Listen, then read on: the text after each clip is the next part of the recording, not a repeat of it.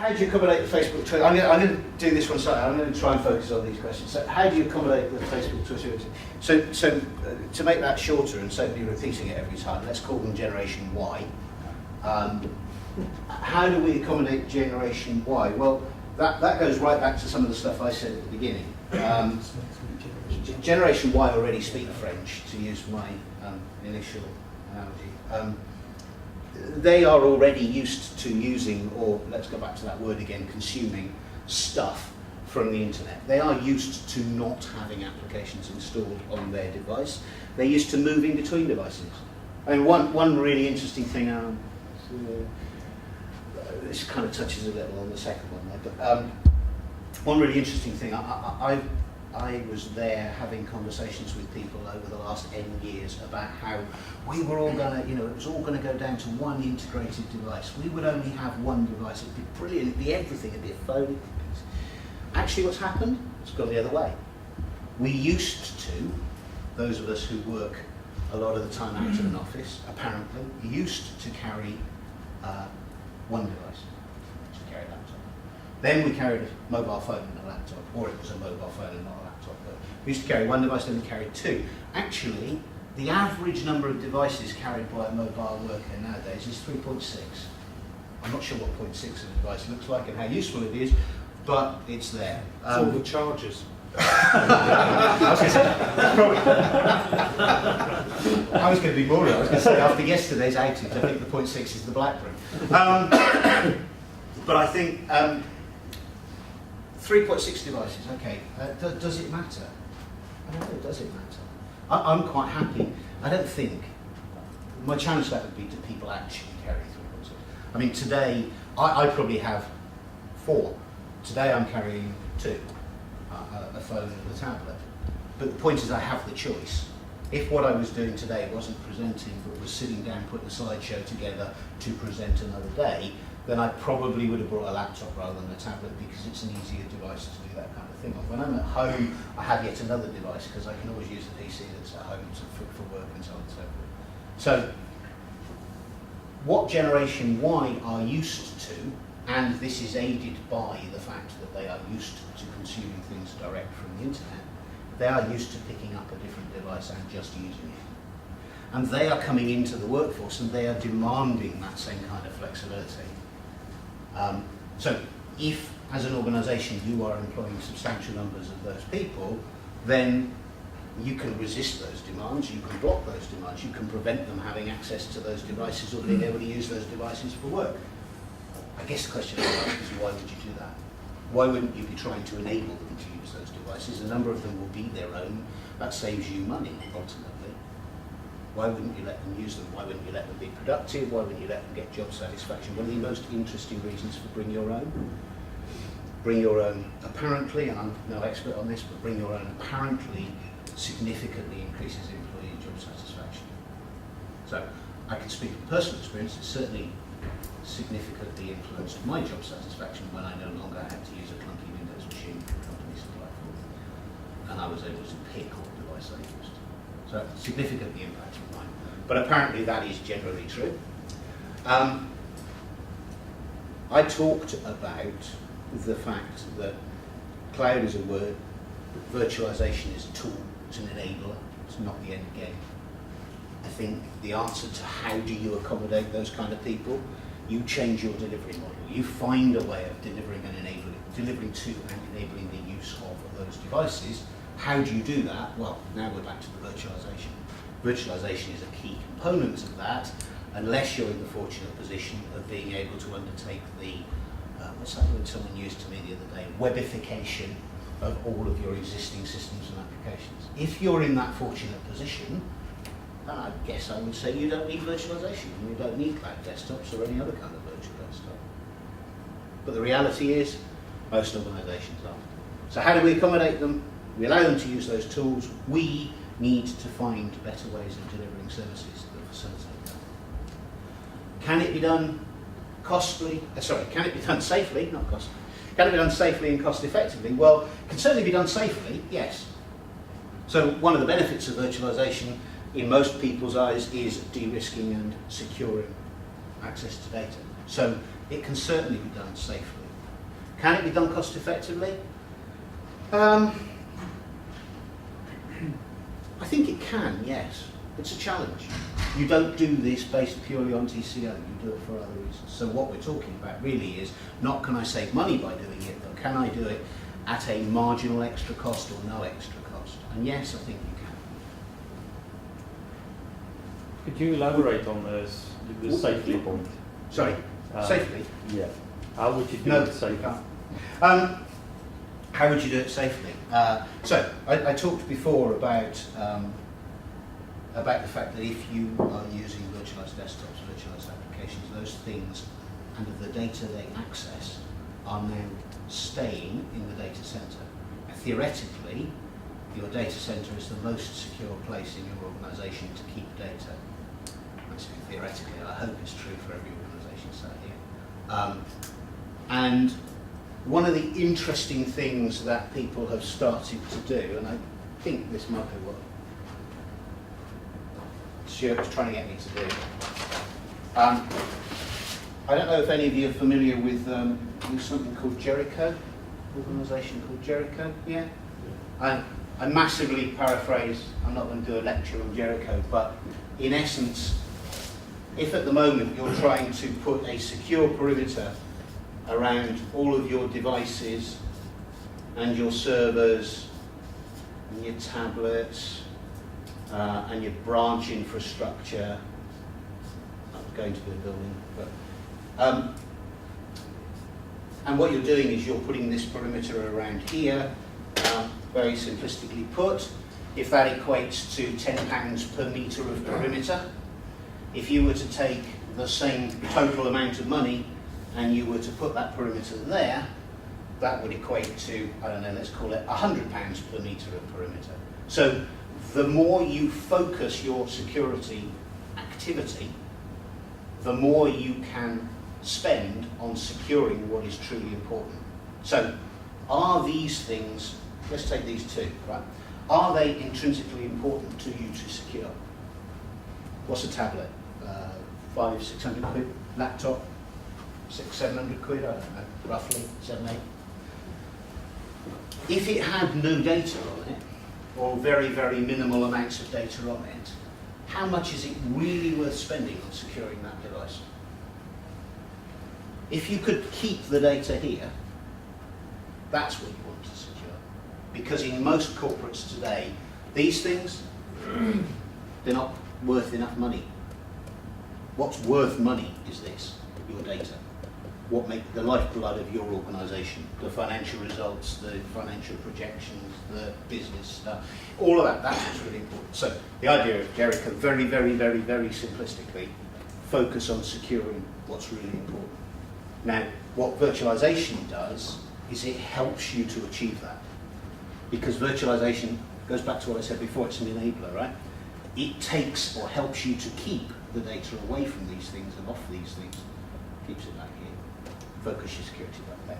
So can you do it safely and cost effectively? Yeah, you can. But what you have to do is work with your security teams, bring them out of the dark ages, allow them to see the benefits that it can deliver to their focus area of interest, and then as an IT department work with them to implement that new way of doing things. So absolutely it can do. How does it support your working? I think we kind of talked a lot about that, but I am conscious that there was a specific about mobility. So a mobile worker, the reason I shied away from using mobility right at the beginning and talked about flexible working or greater flexibility, for me, purely to keep myself sane in some conversations, mobility I redefined as being someone, a mobile worker for me is someone who works while mobile, okay? If by mobile worker you mean someone who works in the London office today, the Manchester office tomorrow, and Edinburgh the day after in your offices, that's not a mobile worker. They are mobile, but what they are is a flexible worker. They are choosing or needing to work in a number of different places, and one of those places might be home, but ultimately they're a flexible worker, not a mobile worker. Because what they can do, what is significant, is that when they're in all of those places, they can be connected. And therefore, a virtualized environment, a cloud-based environment, is perfectly acceptable. In fact, There's a lot to say. It's a lot better because they don't need to carry a laptop around with them. They can walk up to a device, be that their home computer or a thin client or something else in one of your offices, log on and literally pick up the document they were working on when they left the other office in exactly the same state as it was when they left it and start working on it. Can I just add something to that? Please. Sorry if this applies to these local authorities, but one of the only ways we can save money is by getting officers, as we call them, to do more different jobs. Yep. So a parking warden might, no, that's a bad example. A planning officer might need to be able to do an environmental health check or a trading standards one, for example. And you can't do that unless they can access our processes and our templates and stuff like that whilst they're out and about. Absolutely. So they've got to have a how-to thing, something like Nimbus, like Carphone Warehouse use, and you've got to have something that you can access that through. So it's another enabling, and you can put a cost on that. Oh, yeah. Oh, sorry, a saving on it, a figure. Yeah, no, I would agree. So they are my mobile worker as opposed to my flexible worker because they have to have access to those systems to do their job, and they might be connected, but it won't be a LAN-WAN type connection, so you can't assume the same performance levels or even the same reliability.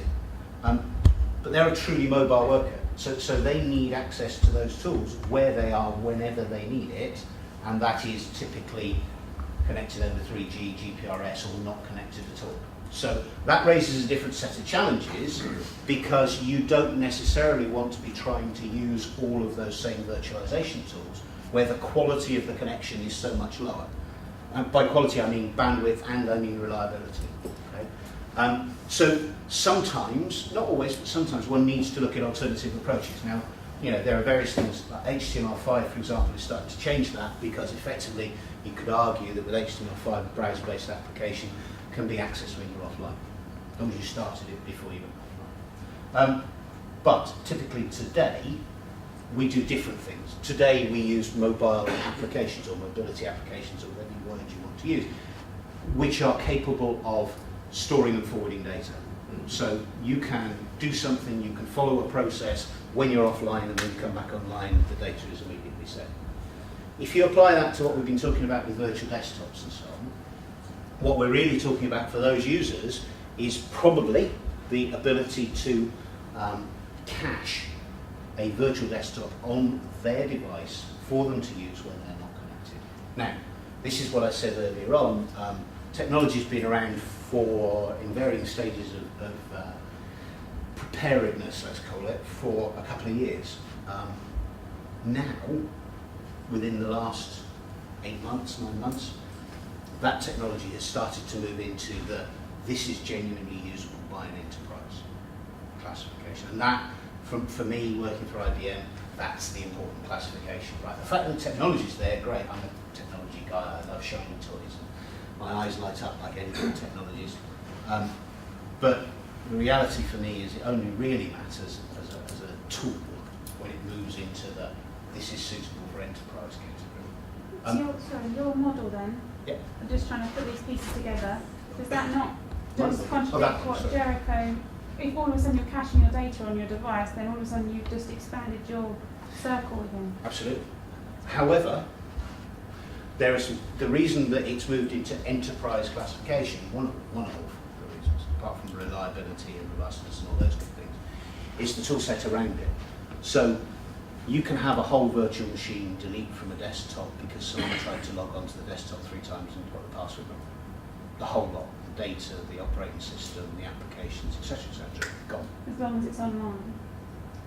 As soon as it goes online. Well, no, sorry. No, if it's offline too. Because effectively what's reacting to is 3 local logons going wrong. Okay. Yeah, does that make sense? Because you're not sending a command delete. It's already The on command delete effectively is already built into the cache Like operating money. system. Sorry. Like the exploding pack of money with the ink. Essentially, yes. It's passive in the sense that it requires no external command to execute. Someone's tried to log onto this machine 3 times wrong, I'm gone. So effectively right. So, and I think that's the important point, because before that kind of thing was there, Was it enterprise ready? Well, maybe it was reasonably robust, maybe it was reliable and so on and so forth. But the point was it broke the model, so it wasn't. It didn't give you the secure feeling as a corporate body that those kind of things or these kind of things are meant to give you. So you can do that. You can have it time expiring. You can have it expire if it doesn't connect to the network within a certain number of hours or days or whatever. There's a whole bunch of parameters that can be set that determine how long that virtual machine will last for and what will happen if some set of criteria are breached. So it is now secure. So can you take the same thing? Well, maybe you need to have a little bit of a thought about this, but actually what you're doing is you're securing it using a specific tool. So instead of expanding the ring of steel, as it were, you're putting a specific tool in place as part of that implementation. It's no extra work, it's just a configuration set before you deploy.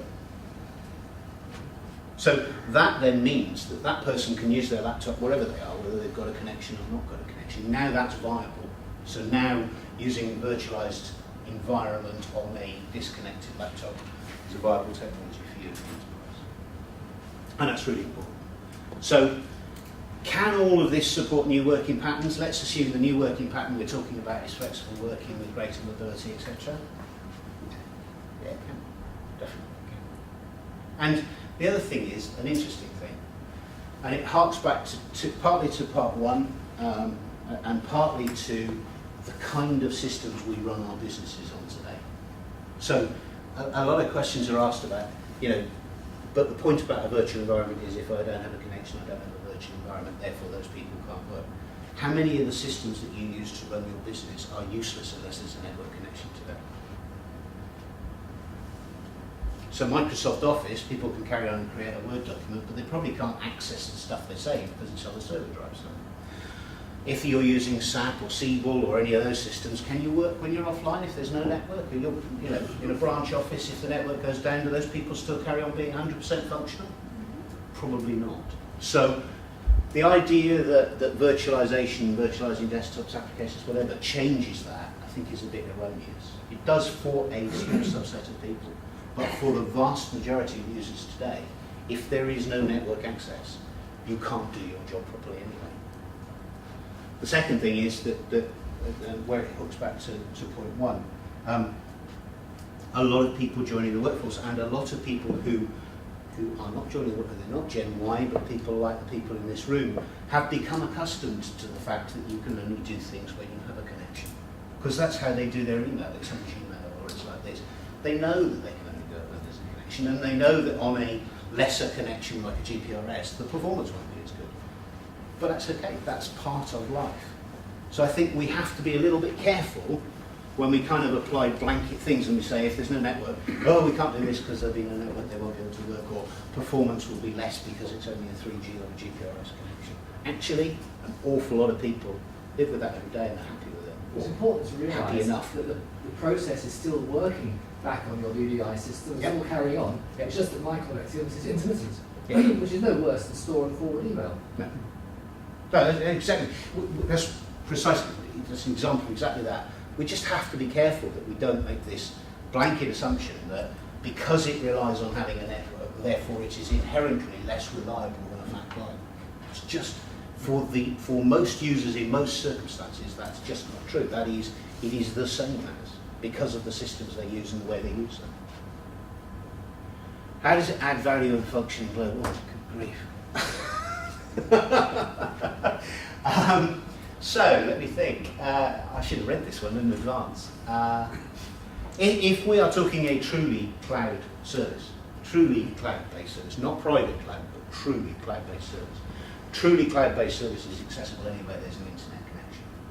So, if you are a global organisation and people are moving around the world trying to do their job, sometimes in one of your corporate offices, sometimes in a customer office, sometimes from a hotel, etc., etc., then if you have gone for a truly cloud-enabled application with all of those access capabilities that would be inherent in that concept, then it's a great solution.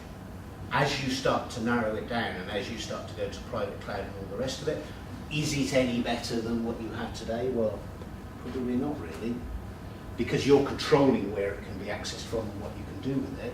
It's sort of up to the policy setters to work out just how much it adds. However, one of the other features of most, I'm not sure I apply global, I'm going to stretch a point here. One of the other features, I'm going to do it because I want to talk about it, mergers, acquisitions, divestments. Virtualization is a great thing to have if yours is the kind of organisation that likes to acquire other organisations or sell parts of itself, subsidiaries, etc., etc. Because it is much more straightforward to extend the reach of your services or to restrict them if what you're doing is effectively enabling access to something or disabling access to something, rather than having to roll out a new PC with your operating system and all your applications to a company that's just joined the portfolio. What you actually do is you leave them with what they've got and you make certain applications or a different virtual desktop accessible to them. You lock off their old desktop when that's appropriate and you migrate their applications using virtualization tools as and when is right for business. So in that sense, and I am stretching the point, but in that sense, it is a great tool to have on your side as an IT department. Organisation is in that, should we call it, a frame of mind. Can collaboration be supported? Video conferencing and multimedia? Can I get away with a one-word answer? Yes. Happy with that? Well, YouTube is the one-word answer, isn't it? Yeah, absolutely. Yes, it can. It absolutely can support those things. In fact, if you look at virtual desktops, virtualized applications, etc., with the protocols that are available to you today, with the typical network bandwidth that's available, with the kind of devices that we're talking about as endpoint devices, etc., there really is nothing you can't do with virtualization. There are some things that I would certainly not guide you down the path of doing.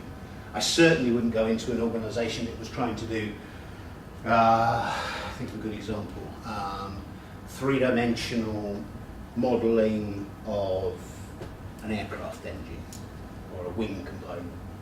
I certainly would not guide them down the route of virtual desktop for that part of their business.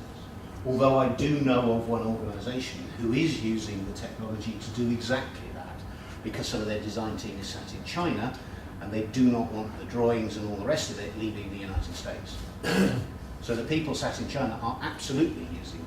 But also say, strangely, this technology, if you're going to run a proof of concept, unlike other projects I've been involved in where you look at the lowest hanging fruit, typically the client and the IT organisation will always go for the most difficult and the most stressing applications and the most difficult end users. One client gave us video conferencing, the multimedias, and the PAs to their executive staff as the end users. So that's about as hard as it gets to run a proof of concept. So that's typically where clients test this stuff out.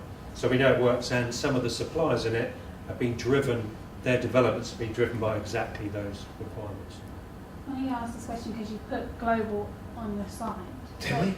Do you really think that those, in regions that are less fortunate than ourselves, that infrastructure is ready for Shall I tell you where internet-based stuff? Shall I tell you, well, one of the biggest growth areas for the use of virtual desktop, cloud desktop, virtualized applications, etc. One of the biggest growth areas is China. And some parts of China are not as well equipped. Certainly connections between cities as opposed to connections in cities. It is also a major technology in Africa. It's also been seen far greater levels of take-up in Eastern Europe than in the rest of Europe. So actually the barrier isn't so much whether the infrastructure is available, it's more to do with whether people have become accustomed to doing something in the conventional flat client way. If they haven't become accustomed to doing it, I would argue, they are the early adopters of this technology. I'd like to think that was the reason, not because the West had decided they weren't trustworthy and therefore didn't want their data to open. Well, let's stick with my version. but no, I mean, quite seriously, video conferencing, multimedia, it absolutely works. I mean, you said just now, a great example of consuming video over this kind of service is when you use YouTube. What you actually are doing is streaming that video from a remote server, sometimes very remote server, back to your endpoint device. In effect, all you're trying to do, if you do the virtual desktop or the virtual application stuff, trying to do the same thing, but probably streaming from a more local source than you would do with YouTube. Not always, I don't know, but probably. Does IBM do that? If I buy my VMs from you guys, are you going to put them the nearest place to my users on a dynamic basis? No, we're going to put them where our data centre is, and then it's up to the client how they manage the. But there is latency a data centre in the middle of Europe. There is one. We've in got America, loads of there data is one in centres. England. So it doesn't necessarily mean it's any further away. But I have to pitch a data centre, I'm guessing. Yeah, and you can pick more than one, which is a good thing. You might want to actually switch services across, depending how widespread your organisation is, or DR or everything else. You might want to use them in more than one data centre. And depending who you are and how many you're looking at provisioning, we'll look to our partners to supply data centres much closer to you. So it depends on what your requirements actually are. But yes, it does work. It's fair to say, I mean, just on a last comment on that one, it's probably the area, because everyone thought it wouldn't work, and actually there were cases when it didn't work, that's probably the area that all of the players have spent the most money and the most time investing in. So if you look at typical players, Wise, Citrix, VMware, just to pick three, hardware, two software, they have all put many, many millions of pounds into making this stuff work. I mean, interesting thing about the Citrix HDX protocol, get slightly technical just for a second, but it's probably the best protocol for remote desktoping or anything else. That today is being used from the space station back to NASA headquarters to enable people on the space station to run virtual services back in NASA headquarters. So I'm not going to pretend that there is no latency, but it works for them. Yeah, but the video is all like this, Simon. No, that's what I said. I'm not going to pretend there's no latency. It disguises it. In fact, one of them uses it for Twitter, I think, is one of their proudest claims. How and when will there be a green value on the desktop as a service? I guess I would sort of go back to some of the things I was saying before.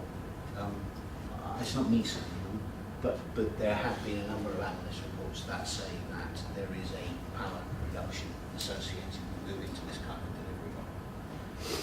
So if there is a power reduction associated with this kind of delivery model, net, i.e.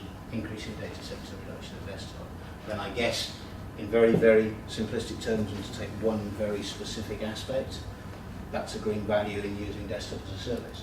There are some others. There are a lot less components in your average thin client device than in your average PC.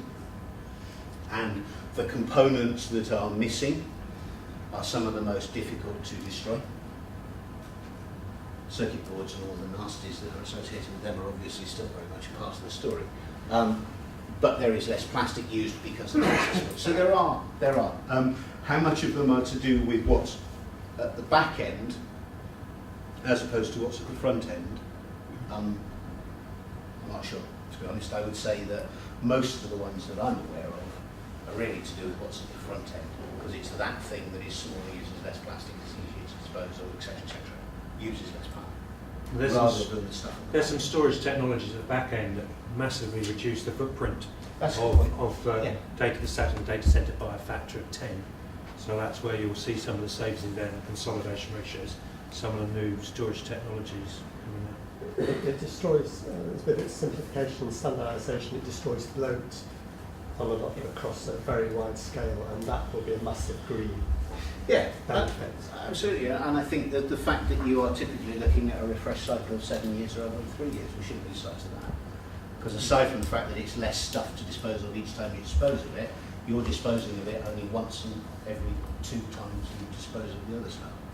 Maybe you could have given it to the schools. Not anymore. Well, you see, that's the other thing actually, thin clients, if people are able to use them, thin clients are very easily, if you do decide as an organisation you need to refresh, they're very easy to redeploy to another organisation or to give to charity or whatever. You're not doing data wiping because there's nothing on them to wipe. So you literally are saying, well, I don't want to use these anymore.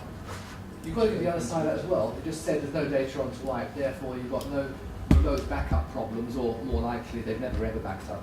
And you do actually have control in the centre. Mhm.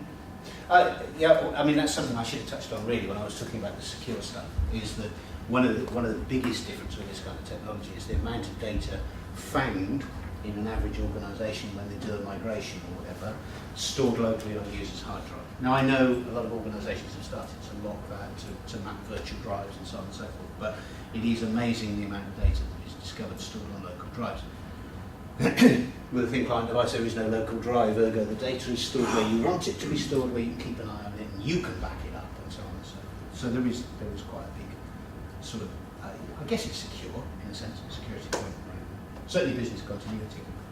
Back to Green Valley, IBM itself has got, well, I'm not trying to push IBM, but IBM's got a white paper with one of its public sector partners in the UK. It's done a lot of work at looking at green value, carbon piece, specifically in their engagement, and some of that is on the virtualization of clients, but also the green data center.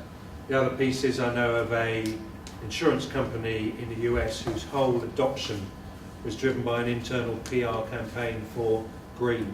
So asking people how much they use their machines, whether they consider adopting a thin client, understanding their profile and their working patterns, to understand what value they were bringing to the environment. It was a very environmentally friendly organisation, but they drove their whole adoption campaign rather than the rejection from the end user based on the green agenda. And I am getting questions now where somebody in the high level organisation of a client has the green piece to look after. So while everyone else is asking the questions, there'll be one person who specifically asked me where his carbon savings are. How does this push our green agenda? If you look at every single large enterprise perspective on the web, they'll have a green, sustainable, carbon-friendly piece within their profile. So it is important to organisations. The very last thing on that one, one other aspect is obviously if you enable people to work where they are rather than moving to the point where you have an office, there's actually quite a big green benefit there associated with reduced travel.